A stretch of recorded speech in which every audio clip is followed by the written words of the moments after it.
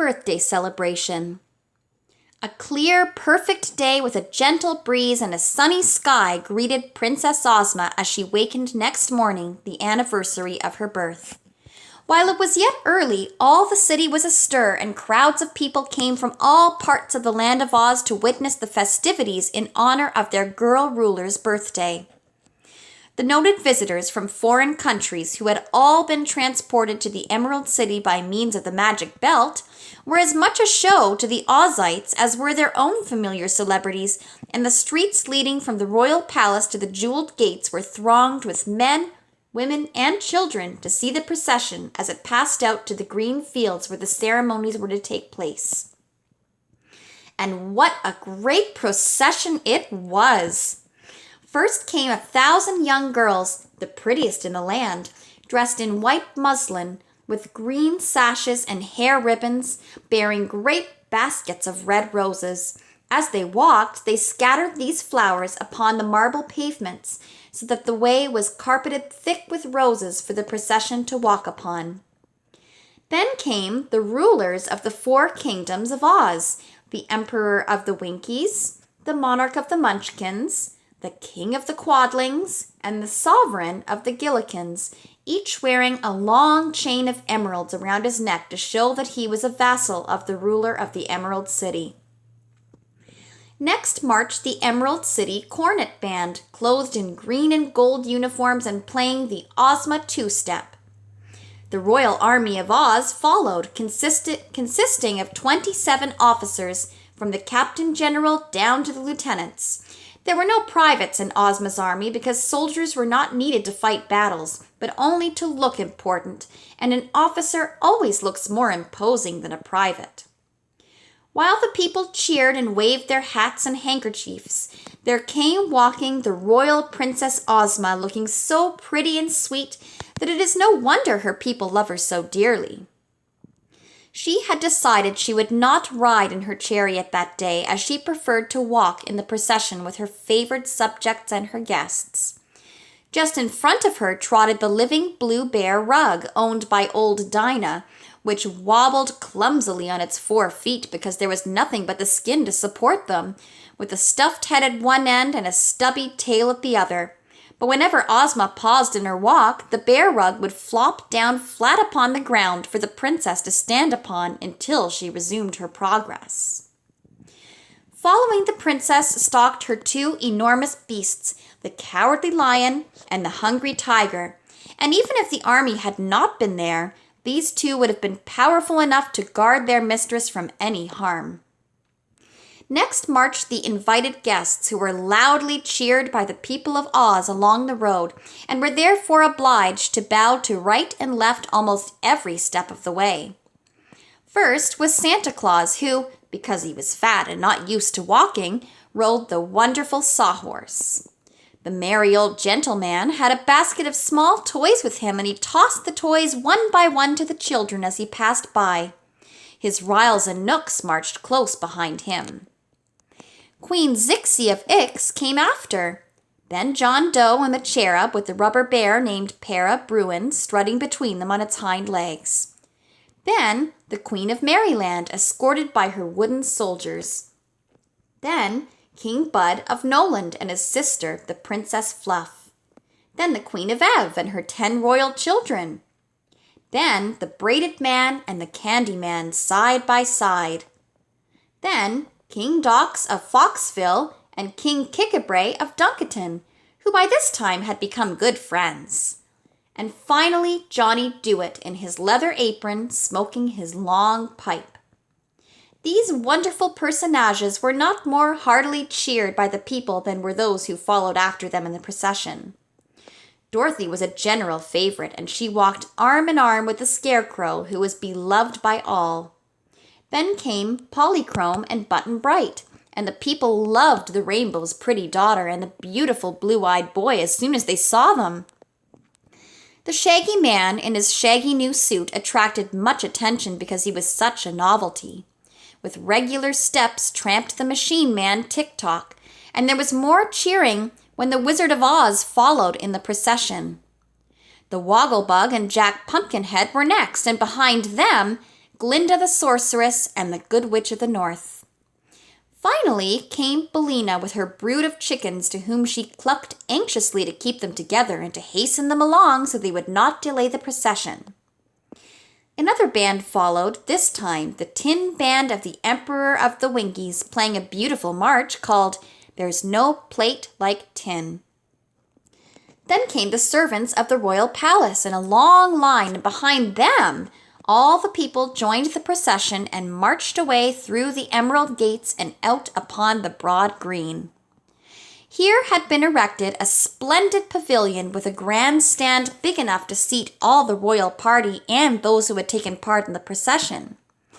Over the pavilion, which was of green silk and cloth of gold, countless banners waved in the breeze. Just in front of this, and connected with it by a runway, had been built a broad platform so that all the spectators could see plainly the entertainment provided for them. The wizard now became master of ceremonies, as Ozma had placed the conduct of the performance in his hands. After the people had all congregated about the platform and the royal party and the visitors were seated in the grandstand, the wizard skillfully performed some feats of juggling glass balls and lighted candles. He tossed a dozen or so of them high in the air and caught them one by one as they came down without missing any. Then he introduced the Scarecrow, who did a sword-swallowing act that aroused much interest. After this, the Tin Woodman gave an exhibition of swinging the axe, which he made to whirl around him so rapidly that the eye could scarcely follow the motion of the gleaming blade. Glinda the Sorceress then stepped upon the platform, and by her magic made a big tree grow in the middle of the space, made blossoms appear upon the tree, and made the blossoms become delicious fruit called Timornas. And so great was the quantity of fruit thus produced that when the servants climbed the tree and tossed it down to the crowd, there was enough to satisfy every person present. Para Bruin, the rubber bear, climbed to a limb of the big tree, rolled himself into a ball, and dropped to the platform, whence he bounded up again to the limb. He repeated this bouncing act several times to the great delight of all the children present. After he had finished and bowed and returned to his seat, Glinda waved her hand and the tree disappeared, but its fruit still remained to be eaten. The Good Witch of the North amused the people by transforming 10 stones into 10 birds, the 10 birds into 10 lambs, and the 10 lambs into 10 little girls, who gave a pretty dance and were then transformed into 10 stones again, just as they were in the beginning. Johnny Dewett next came on the platform with his tool chest, and in a few minutes built a great flying machine, then put his chest in the machine, and the whole thing flew away together, Johnny and all, after he had bid goodbye to those present and thanked the princess for her hospitality. The wizard then announced the last act of all, which was considered really wonderful. He had invented a machine to blow huge soap bubbles as big as balloons, and this machine was hidden under the platform so that only the rim of the big clay pipe to produce the bubbles showed above the flooring. The tank of soap suds and the air pumps to inflate the bubbles were out of sight beneath, so that when the bubbles began to grow upon the floor of the platform, it really seemed like magic to the people of Oz, who knew nothing about even the common soap bubbles that our children blow with a penny clay pipe and a basin of soap and water.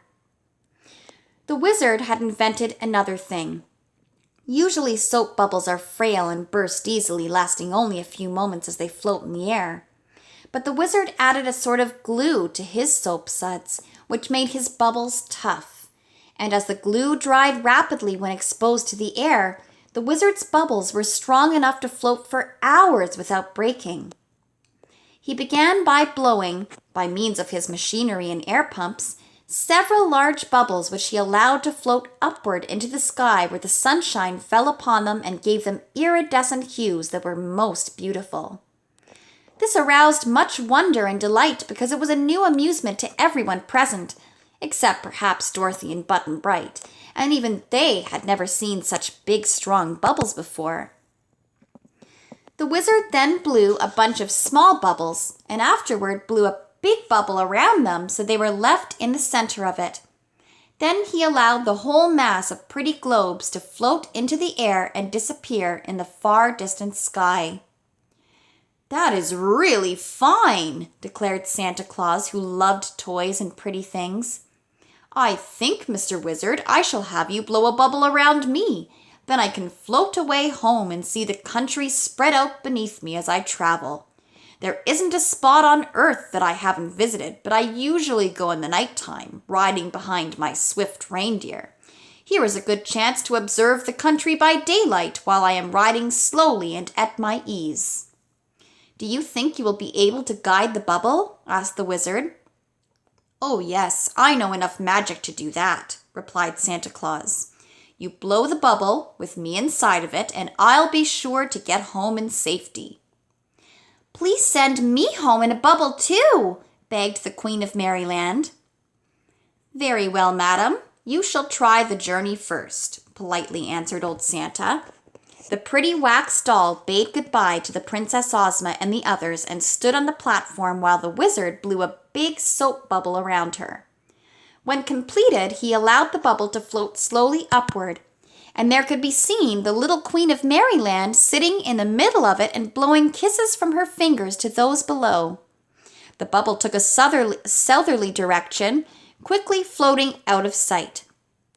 "That's a very nice way to travel," said Princess Fluff. "I'd like to go home in a bubble too." So the wizard blew a big bubble around Princess Fluff, and another around King Bud, her brother, and a third one around Queen Zixie. And soon these 3 bubbles had mounted into the sky and were floating off in a group in the direction of the kingdom of Noland. The success of these ventures induced the other guests from foreign lands to undertake bubble journeys also. So the wizard put them one by one inside his bubbles, and Santa Claus directed the way they should go because he knew exactly where everybody lived. Finally, Button Bright said, "I want to go home too." "Why, so you shall," cried Santa, "for I'm sure your father and mother will be glad to see you again. Mr. Wizard, please blow a fine big bubble for Button Bright to ride in, and I'll agree to send him home to his family as safe can be." "I'm sorry," said Dorothy with a sigh, for she was fond of her little comrade. "But perhaps it's best for Button Bright to get home, 'cause his folks must be worrying just dreadful." She kissed the boy, and Ozma kissed him too, and all the others waved their hands and said goodbye and wished him a pleasant journey. "Are you glad to leave us, dear?" asked Dorothy a little wistfully. "Don't know," said Button Bright. He sat down cross-legged on the platform with his sailor hat tipped back on his head, and the wizard blew a beautiful bubble all around him. A minute later, it had mounted into the sky, sailing toward the west, and the last they saw of Button Bright, he was still sitting in the middle of the shining globe and waving his sailor hat at those below. "Will you ride in a bubble, or shall I send you and Toto home by means of the magic belt?" the princess asked Dorothy. "Guess I'll use the belt," replied the little girl. "I'm sort of afraid of those bubbles." "Bow wow," said Toto approvingly. He loved to bark at the bubbles as they sailed away, but he didn't care to ride in one. Santa Claus decided to go next. He thanked Ozma for her hospitality and wished her many happy returns of the day. Then the wizard blew a bubble around his chubby little body and smaller bubbles around each of his riles and nooks.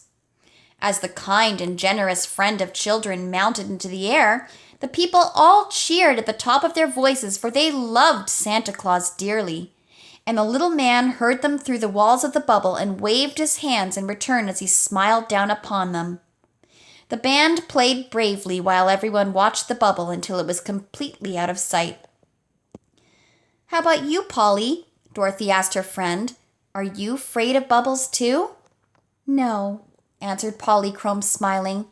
"But Santa Claus promised to speak to my father as he passed through the sky, so perhaps I shall get home an easier way." Indeed, the little maid had scarcely made this speech when a sudden radiance filled the air. and while the people looked on in wonder, the end of a gorgeous rainbow slowly settled down upon the platform.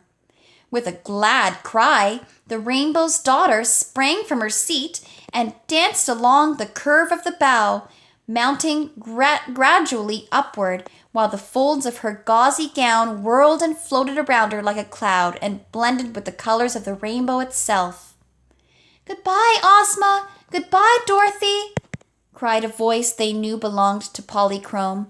But now the little maiden's form had melted wholly into the rainbow, and their eyes could no longer see her. Suddenly, the end of the rainbow lifted, and its colors slowly faded like mist before a breeze. Dorothy sighed deeply and turned to Ozma. "I'm sorry to lose Polly," she said, "but I guess she's better off with her father, 'cause even the land of Oz couldn't be like home to a cloud fairy." "No, indeed," replied the princess, "but it has been delightful for us to know Polychrome for a little while, and who knows, perhaps we may meet the Rainbow's Daughter again some day." The entertainment being now ended, all left the pavilion and formed their gay procession back to the Emerald City again. Of Dorothy's recent traveling companions, only Toto and the Shaggy Man remained, and Ozma had decided to allow the latter to live in Oz for a time at least. If he proved honest and true, she promised to let him live there always, and the Shaggy Man was anxious to earn this reward. They had a nice quiet dinner together and passed a pleasant evening with the Scarecrow, the Tin Woodman, Tik-Tok, and the Yellow Hen for company. When Dorothy bade them good night, she kissed them all goodbye at the same time, for Ozma had agreed that while Dorothy slept, she and Toto should be transported by means of the magic belt to her own little bed in the Kansas farmhouse, and the little girl laughed as she thought how astonished Uncle Henry and Aunt Em would be when she came down to breakfast with them next morning. Quite content to have had so pleasant an adventure, and a little tired by all the day's busy skences, Dorothy clasped Toto in her arms and lay down upon the pretty white bed in her room in Ozma's royal palace. Presently, she was sound asleep. The end. If you want to hear the whole story, please check out my Road to Oz playlist.